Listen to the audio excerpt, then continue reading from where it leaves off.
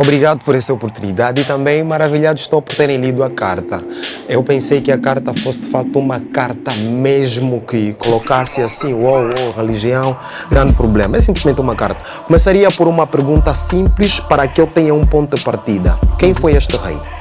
Este? Sim. Leopoldo. De onde? Bélgica. Sim. Qual era a sua religião oficial? Cristianismo. Não. Não? Denominacionalmente?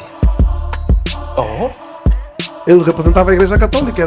Que bom, era isso. não é cristianismo? Deixa-me. O europeu trazia a Igreja Posso- Católica. Pronto, posso- para não posso- cortar. Já respondi, estás à vontade. Ok. A denominação oficial deste rei era católica, ok? E é importante entendermos isso, e isso é uma história universal. Nós lemos sobre a Inquisição no livro de história da nona classe, consegue-se perceber o desenvolvimento, o andar da Igreja Católica. Mas há aqui um princípio importante. Esta carta está dentro de um projeto que é chamado Projeto Colonialismo. O colonialismo não é escravagismo e nem é racismo, porque são projetos totalmente diferenciados um do outro.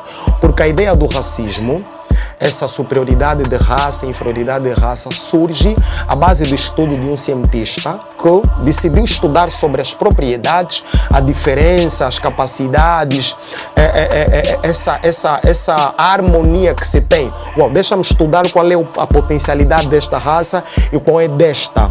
Só que, infelizmente, no estudo que ele ia fazendo, foi influenciado a trazer narrativas que favorecesse um grupo e desmerecesse o outro.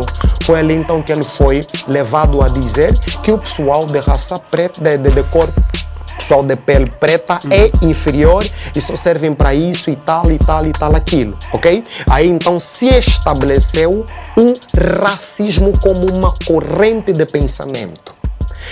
Depois do racismo, nós temos o colonialismo, que também em si é uma outra corrente de pensamento, e o escravagismo, que consistia no uso como mão de obra das pessoas pretas, e não é só negros que foram escravizados, e muitos outros povos, ok? Exatamente, sim. Não é só.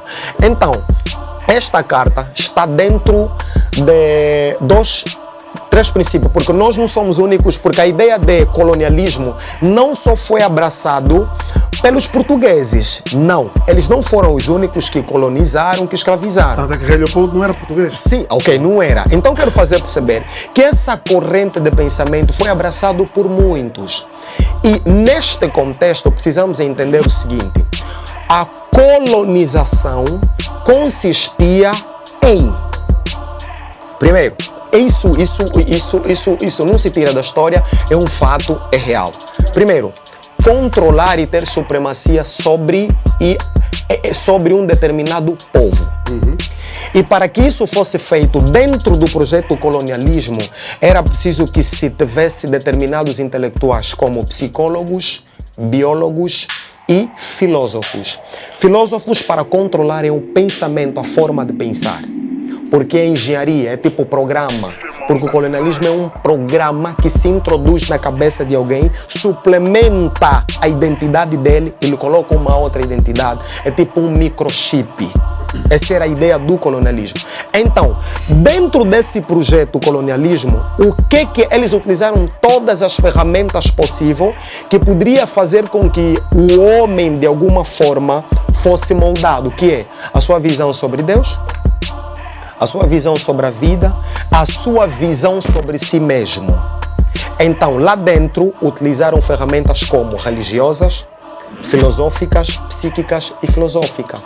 E deixa-me fazê-lo entender, é importante considerar isso. isso. O quê, Flashcard? Não estou entendendo. Ok, é importante considerar o Ele seguinte. vai te fazer entender.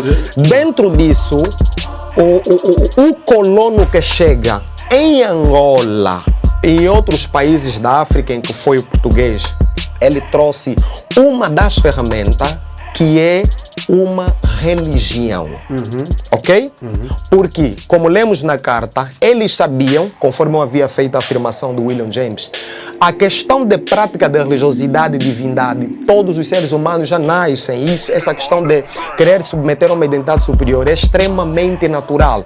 Em África já tinha-se sim convicções, percepções sobre Deus e a questão de adoração. E como é que era? E Falar também. ok. Quando o rei chega, essa carta estava dentro de um projeto católico. Por quê? A religião cristã, ela é dividida em dois grupos. É importante entender isso. Primeiro começa com o cristianismo apostólico. Quem estavam na frente na altura eram os apóstolos, que era a igreja apostólica, que é a igreja do primeiro século da era cristã. Ok?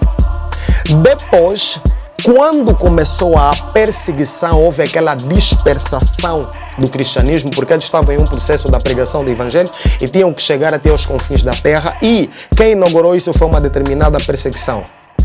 Depois do cristianismo apostólico, percebe-se que, através do decreto de Nero, Roma, porque o cristianismo estava dentro de um império que se chama Roma, ok? Estava dentro do império. Aponta esse passaporte. Posso apontar a tesa lapiseira já, né? Está em condições? Está em condições? Ok. Acho que podemos avançar.